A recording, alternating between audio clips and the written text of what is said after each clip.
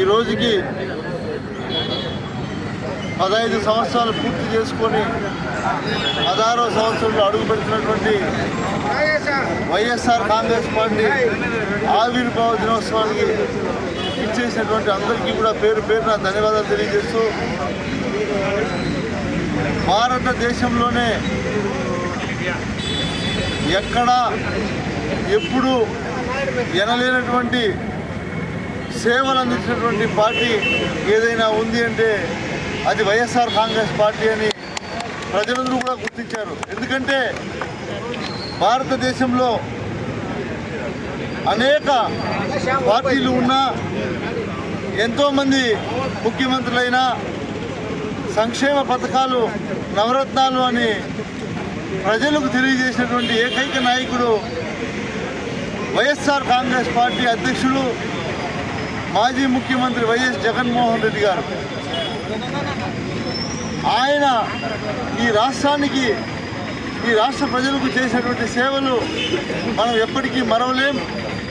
ఖచ్చితంగా రాబోయే రోజుల్లో మళ్ళీ వైఎస్ఆర్ కాంగ్రెస్ పార్టీని అధికారంలోకి తీసుకొచ్చి జగన్మోహన్ రెడ్డి గారిని మళ్ళీ రెండోసారి ముఖ్యమంత్రిగా చేసి, ఏదైతే 2019 నుంచి 2024లో ప్రజలు ఎంతో సంతోషంగా ఈ రాష్ట్రంలో ఉన్నటువంటి పరిపాలన మనం చూసాం. మళ్ళీ ఖచ్చితంగా తిరిగి అలాంటి పరిపాలన తీసుకొచ్చి ప్రజలకంతా కూడా మంచి జరిగే విధంగా మనం అందరూ కూడా కృషి చేయాలని ఇక్కడికి ఇచ్చేసినటువంటి అందరికీ కూడా పేరు పేరున ధన్యవాదాలు తెలియజేస్తున్నాం. ఎమ్మెల్యే పెంటేగౌడ్ గారు, అందరికీ నమస్సులు.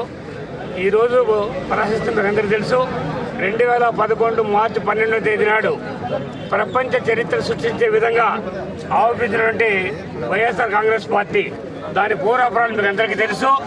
వైఎస్ఆర్ అందించిన తర్వాత అనేక ఆటుపోట్లు ఎదుర్కొన్న తర్వాత ఆ రోజు కర్నూలు జిల్లా నల్లకాలువలో ఒక హామీ ఇచ్చాడు. వందలాది మంది చనిపోయినారు కాబట్టి వాళ్ళను ఓదార్పు చేసి ఆ రోజు కాంగ్రెస్ హైకమాండ్ వద్దు, నువ్వు చేయొద్దు ఆ పని అని చెప్పనంటే అది కుదరదు, నేను మాట ఇచ్చాను కాబట్టి చేశాను చెప్పని అన్నాడు. అయితే దాన్ని వ్యతిరేకించినారు. దానికి ఆయన ఒప్పుకోకుండా ఆ రోజు తన యొక్క మళ్ళా దీనికెత్త కూడా కొంతమంది రాజీనామా చేసిన తర్వాత మార్చి 12వ తేదీ నాడు అక్కడే వైఎస్ఆర్ సమాధి దగ్గర పార్టీ ఆవిర్భవించడం ఏర్పాటు జరిగింది. ఆ రోజు నుంచి ఆయన ఈ రోజు మనం చెప్తున్నాము, మడమ తిప్పని మాట తప్పని ఒక మహానాయకుడిగా ఎదిగి చరిత్ర సృష్టించినాడు. 2011 తర్వాత మనకు 12లో 19 స్థానాలకు ఉప ఎన్నికలు జరిగితే మేము ఆ రోజు డ్యూటీలో ఉన్నాము. తిరుపతి డ్యూటీకి పోయినాము. మనం గెలుస్తామా లేదనేటువంటి సమస్యలు వచ్చేటువంటి సందర్భంలో తిరుపతిలో ఇప్పుడు మనకు అధ్యక్షుడు కరుణాకర్ రెడ్డి గారు ఆ సీటు మాత్రం ఓడిపోతే అంతా గెలుస్తామన్నారు. కానీ ఆ సీటు కూడా గెలిచినాం. చరిత్ర సృష్టించినాడు. ఆ రోజే మీకు తెలుసు, ఆయన కడప పార్లమెంట్కి పోటీ చేస్తే 5 లక్షల పైగా మెజార్టీతో చరిత్ర సృష్టించి గెలిచినటువంటి వ్యక్తి. ఆ రోజు నుంచి కూడా పొరపాటు 2014లో మనకు అపోజిషన్లో ఉండేటువంటి అవకాశం వస్తే కూడా దాన్ని దారిపడకుండా ప్రజల యొక్క కష్టకాలు తెలుసుకుంటూ పాదయాత్ర చేసి చరిత్ర సృష్టించి 2019 ఎన్నికలకు రావడం జరిగింది. 19 ఎన్నికలు ఇందాక అన్న చెప్పినట్టుగా మీకు తెలుసు, దేశంలో రాష్ట్రం ఏది కూడా అమలు చేసేటువంటి పథకాలు అమలు చేసి తెలిసించినాడు.